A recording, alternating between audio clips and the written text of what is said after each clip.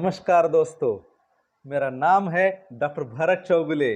Transformational life coach हूँ और motivational speaker भी हूँ मैं। और आपके सामने आज बहुत ही खूबसूरत टॉपिक को लेके आया हूँ। क्या है उसका नाम? How to avoid the blame game. मतलब आरोप लगाने के सिलसिले को कैसे दूर किया जाए। How to avoid the blame game. आज मैं आपको एक खूबसूरत कहानी बताऊंगा। खैर, कहानी तो कहानी होती है, उससे हमको बस बोध लेना होता है। एक बार एक यात्री यात्रा के लिए गुजर चुका होता है। देश विदेश घूमता है, सालों से यात्रा ही कर रहा था। और एक दफा वो रेगिस्तान से गुजर रहा था। रेगिस्तान से गुजर रहा था और देख रहा है इधर उधर, ना पेड़ है, ना बड़े बड़े वृक्ष है, वहां पे बगीचा भी नहीं है, पंछी भी नहीं दिखाई दे रहा है। बगीचा तो छोड़ो, पीने के पानी के लिए भी तरसना पड़ रहा है। लोग पीने के पानी के लिए 20-30 किलोमीटर से जाके पानी लेके आ रहे। ऐसे वीराने में, ऐसे रेगिस्तान में वो गुजर रहा था और मन ही मन सोच रहा था, अगर यहाँ पे पानी होता तो कितना अच्छा हो जाता। अगर यहाँ पे पानी होता तो कितना अच्छा हो जाता। यहाँ पे पेड़ होते, बगीचे होते, फूल खिलते, पंछी आते, गाना गाते, बड़े बड़े वृक्ष भी होते। और हमारे जैसे यात्री अगर कभी यहाँ से गुजरते तो इस वृक्ष के छांव में थोड़ी देर के लिए विश्राम भी कर लेते। ऐसे वो मन ही मन सोच ही रहा था। ऊपर से एक एंजल, देवता, उसकी हालत देखता है। उस देवता को उस यात्री के ऊपर दया आती है और वो सोचता है इसके लिए थोड़ा सा काम कर देते, थोड़ी हेल्प कर लेते इसकी। और वो देवता उसके लिए एक सुंदर सा कुआं बना देता है। एक सुंदर सा कुआं बना देता है। जैसे 1 किलोमीटर पैदल चल के जाता है वो यात्री और देखता है एक सुंदर सा कुआं है, पानी से लबालब भरा हुआ है। उस यात्री का चेहरा फूल की तरह खिल गया, आंखों में हीरे की तरह चमक आ गई और वो बहुत ही खुश हो गया। और उसने भरपेट पानी पी लिया। उसकी प्यास बुझ गई और वो फिर अपनी यात्रा पे निकल पड़ा। पानी पीने के बाद वो यात्रा पे निकल पड़ा।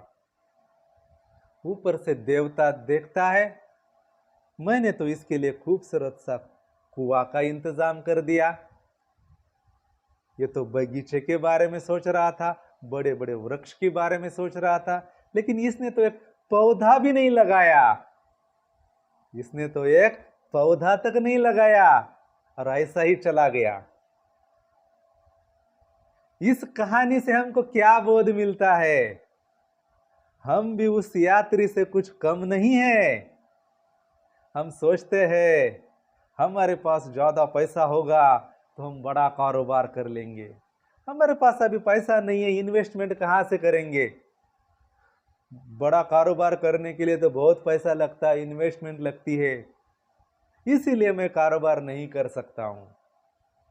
अगर मेरे माता पिताजी ने, मेरे पेरेंट्स ने मुझे अच्छी शिक्षा दी होती तो मैं आज अच्छे जॉब पे होता, मैं अच्छी नौकरी कर लेता। उन्होंने मुझे अच्छी पढ़ाई दी नहीं है, इसीलिए मैं अभी यहां ऐसे हूं। अगर मेरे घर का इन्वायरमेंट अच्छा होता, घर में शांति होती, तो मैं स्पिरिचुअल प्रोग्रेस कर लेता। मतलब क्या है? ये पूरा ब्लेम गेम है। हम हमेशा दूसरों के ऊपर ही ब्लेम करते रहते। कभी किसी आदमी के ऊपर ब्लेम करेंगे तो कभी परिस्थिति के ऊपर ब्लेम करेंगे। Sometimes we are blaming to the people, sometimes we are blaming to the situation, but always we are blaming to the others. Blame करने से हमको कुछ फायदा होता है क्या? नहीं। ब्लेम करने से कोई आदमी सक्सेसफुल हुआ है क्या? नहीं। तो क्या करना है हमको?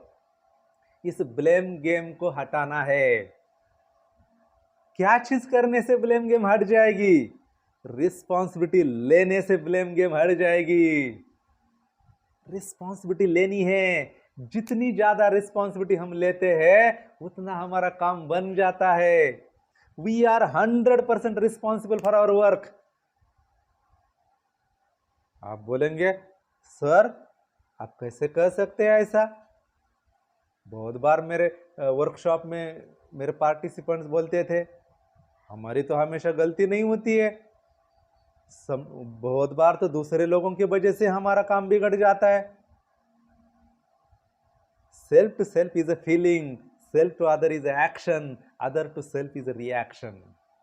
मतलब जैसी हमारी एक्शन होती है वैसा ही दूसरों का रिस्पांस हमारे लिए आता है। तो दूसरों का रिस्पांस को, रिएक्शन को अगर हमको चेंज करना है तो क्या करना पड़ेगा? हमारे एक्शन को चेंज करना पड़ेगा।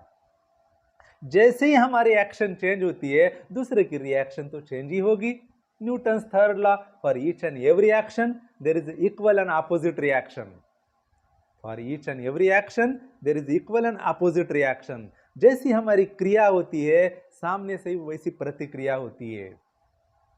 तो हम 100% रिस्पॉन्सिबल है हर चीज के लिए। कैसे ब्लेम कर सकते हैं हम दूसरों के लिए? बताइए, नहीं कर सकते और करना भी नहीं चाहिए। और जो आदमी ब्लेम करता है वो कभी सक्सेसफुल नहीं होता है। एक चाय वाला आदमी प्राइम मिनिस्टर बनता है ना? बनता है। एक newspaper selling boy president of India हुआ है ना? हुआ है कि नहीं? हुआ है। एक बस कंडक्टर सुपरस्टार हुआ है ना? रजनीकांत हुआ है ना? हुआ है। तो क्या वो ब्लेम करने से सक्सेसफुल हुए हैं क्या? नहीं। उन्होंने कभी किसी के ऊपर ब्लेम नहीं किया था, उन्होंने खुद रिस्पॉन्सिबिलिटी ली थी। समस्याएं तो हर आदमी को होती है और जो आदमी समस्या में समाधान खोजता है वही सक्सेसफुल होता है। और समस्या में समाधान कब मिलेगा? जब हम रिस्पॉन्सिबिलिटी लेंगे तब। इसीलिए ब्लेम गेम नहीं करना चाहिए। जब आदमी ब्लेम गेम करेगा तो सक्सेसफुल नहीं होता है। जितने भी सक्सेसफुल लोग हुए हैं डिफिकल्ट सिचुएशन में हुए हैं, उन्होंने कभी किसी के ऊपर ब्लेम नहीं किया था, उन्होंने रिस्पॉन्सिबिलिटी ली थी। और जब आप रिस्पॉन्सिबिलिटी लेने लगते हैं तो क्या होता है? चमत्कार होने लगता है, आप सक्सेसफुल बनने लगते हो।